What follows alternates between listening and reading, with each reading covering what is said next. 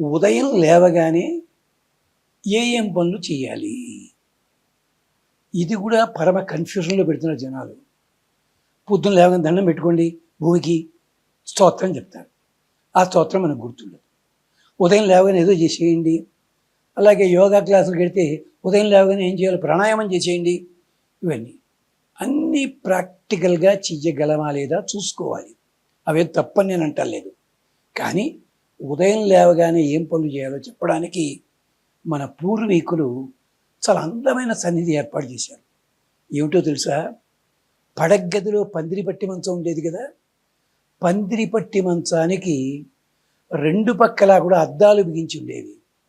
పొద్దున్న నువ్వు లేవగానే ఎంత కాదనుకున్నా అద్దంలో నీ మొహం నువ్వు చూసుకుంటావు. ఎందుకని? యజుర్వేదంలో ఏకాగ్ని కాండలో అద్దం చూస్తే ప్రయోజనం ఏమిటో చెప్పారు. అద్దం ఎక్కువగా చూస్తే ఏం ప్రమాదం కూడా చెప్పారు. అద్దం చూచినప్పుడు అధిదేవత నీలో ఉన్న రాక్షస గణాన్ని బయటికి తోసేస్తుంది. మగవాడైతే లేవగానే ఇలా ఎదురుకుండా చూస్తాడు. ఆడపిల్లలు లేవగానే ఎదురుకుండా చూడరు, భర్త వంకకి తిరిగి చూస్తారు. కానీ భర్త వంకకి తిరిగి చూసే లోపల భర్త వైపు కూడా ఒక అద్దం ఉంది కదా, ఆ అద్దాన్ని చూస్తూ ఒక్కసారి ముంగురు సవరించుకుని బయట సవరించుకుని అప్పుడు భర్త ముఖం చూస్తారు. శాస్త్ర మర్యాద అది. అది వాళ్ళకి తెలియకుండా అలవాటుగా వస్తుంది. అంటే ఉదయం లేవగానే వీలుంటే అద్దాన్ని చూడండి, పెట్టుకోగలిగితే. అంతే తప్ప అద్దంలో చూసి నువ్వు వెనక్కడుంది అని అడగండి. అద్దంలో చూసుకోండి, ఇది మొదటిది. లేదండి మాకు అద్దాలు పెట్టి ఓపిక లేదండి, అరచెయ్యి చూసుకోండి. కరాగ్రే వసతే లక్ష్మి, ఇవన్నీ చెప్తారు కదా శ్లోకాలు చదివిన చదవకపోయినా చూసుకోండి. ఈ చెయ్యి రకరకాల పనులు చేయడానికి ఉపయోగిస్తుంది, ఉదయం పూట రాత్రిపూట కూడాను. అందుకని ఈ చేతికి కరదర్శనం క్షేమకరం కలుగుతుంది. ఇది రెండవది. మూడవది, నేల మీద కాలు పెట్టేటప్పుడు ఒక్క క్షణం ఆలోచించి ఎడమ కాలు మాత్రం ముందు నేల మీద పెట్టకండి, కుడి కాలే పెట్టండి. ఎంచేతంటే శ్మశానంలో గడుగు పెట్టేటప్పుడు ఎడంకాలు ముందు వేస్తారు, యుద్ధంలోకి వెళ్ళేటప్పుడు ఎడమకాలు ముందుకు వేస్తారు. అందుకనే యుద్ధంలో లెఫ్ట్ రైట్ అంటారు తప్ప రైట్ లెఫ్ట్ అంటారు, లెఫ్టే మొదలు. అదనమాట సంగతి అక్కడ. ఇందుకోసం దేవాలయంలోకి వెళ్ళేప్పుడు కుడికాలు ముందు పెట్టాలి, ఇంట్లోంచి బయటికి వెళ్ళేటప్పుడు కుడికాలు ముందు పెట్టాలి. ఇంట్లో నియమాలు ఉన్నాయి. ఇది వాస్తుశాస్త్రజ్ఞులు జ్యోతిషం వాళ్ళు చెప్తే వింటారు, మాలాంటి వాళ్ళు చెప్తే ఎంత వింటారో మాకు తెలియదు.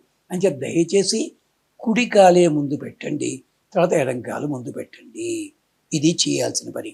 చేస్తే ఏమిటి?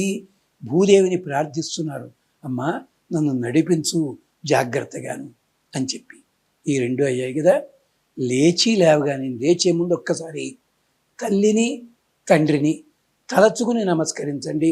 లేదా వాళ్ళ చిత్రపటాలు పెట్టుకోండి. వాళ్ళు ఎవరు వేరే ఊళ్ళో ఉన్నారు, చిత్రపటం పెట్టుకోండి. లేదు చిత్రపటం పెట్టుకోండి, లేదు ఇంత మన పడగదిలో రకరకాల చెత్త ఫోటోలు పెట్టుకోండి, ఇలాంటివి పెట్టుకో. అంచేత ఒక్కసారి అమ్మని నాన్నని తలుచుకోండి. అలాగే బంధువులు మన వాళ్ళు ఉంటారు, అక్క చెల్లెలు తమ్ముడు ఇలాంటి వాళ్ళు, వాళ్ళని కూడా జ్ఞాపకం చేసుకోండి. చేసుకుని ఆవలించేటప్పుడు ఒక్కసారి చేతిని అడ్డం పెట్టుకోండి. నిద్ర లేవగానే కళ్ళు టక్కని ఇలా తెరవకండి. రామచంద్రస్వామి కూడా నిద్ర లేచాడు కానీ కళ్ళు ఇంకా తెరవలే. అప్పుడే విశ్వామిత్రుడు వచ్చి కౌసల్య సుప్రజారామ అన్నాడు. ఈ కథ అంతా ఇష్టం చెప్తారు పాపం. ఎందుకని? మొదట లేవగానే గురువుని చూడాలి. గురువుగారు ఇంకా రాలే, కళ్ళల్లో సూర్యుడు ఉంటాడు, సూర్యుడిని మేలుకొలిపాడు. మంత్రం చదువుతూ నెమ్మదిగా కళ్ళు తెరవాలి. అది జరిగింది అక్కడ. ఇది వావెలకొల్లు సుబ్బారావు గారు 20 పేజీలు వ్యాఖ్యానం రాసి చూపించారు దాంట్లో. అది కళ్ళు తెరిచే ముందు ఒక్కసారి భగవంతుణ్ణి తలుచుకుని నెమ్మదిగా కళ్ళు తెరవండి.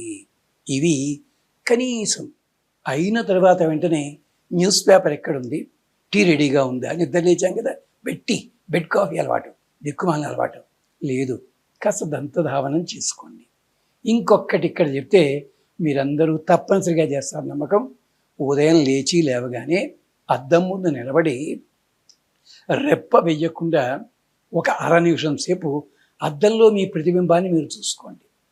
అప్పుడు చిటికరు రాళ్ల ఉప్పు చేతిలోకి తీసుకుని రాపాడించి చేతులు వేడెక్కిన తర్వాత దులిపేసుకుని చేయి కడుక్కుని మొహం కడుక్కోండి.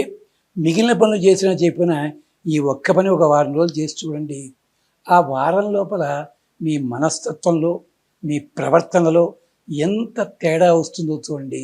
ప్రత్యేకించి ఆత్మన్యూనతాభావం, ఇన్ఫీరియారిటీ కాంప్లెక్స్ ఉన్నవాళ్ళు ఈ పని చేసినట్టయితే ఆ భావం తొలగిపోయి కొత్త ఉత్సాహం కలుగుతుంది వాళ్ళకి.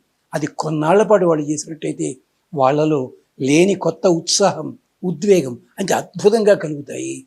ఇది యోగశాస్త్ర ప్రక్రియలో చెప్పారు, మంత్రశాస్త్ర ప్రక్రియలో చెప్పారు, అధర్వణ వేదంలో చెప్పారు. ఇది అంచేత అప్పుడు చక్కగా లేచి దంతధావనం చేసుకున్న తర్వాత ఇంట్లో వస్తువులు ఏమెక్కడనే అది చూసుకోండి. ఇది ఉదయం లేవగానే చేసేది. పాత రోజుల్లో ఉదయం లేస్తుండగానే తాతగారులు వాళ్ళు పంచాయుధ స్తోత్రం అని, భాగవతంలో పద్యాలని, శ్లోకాలని చిన్నపిల్లల చేత చదివించేవారు. అలా కూడా మనం ఏదైనా తేలిగ్గా ఉండే స్తోత్రం, హనుమాన్ చాలీస అలాంటిది కానీ, ఏదైనా స్తోత్రం కానీ బీజాక్షరాలు ఉండకూడదు, అలాంటి చదువుకుంటూ లేస్తే మరీ మంచిది. ఇది అర్థం గమనించండి. స్వస్తి.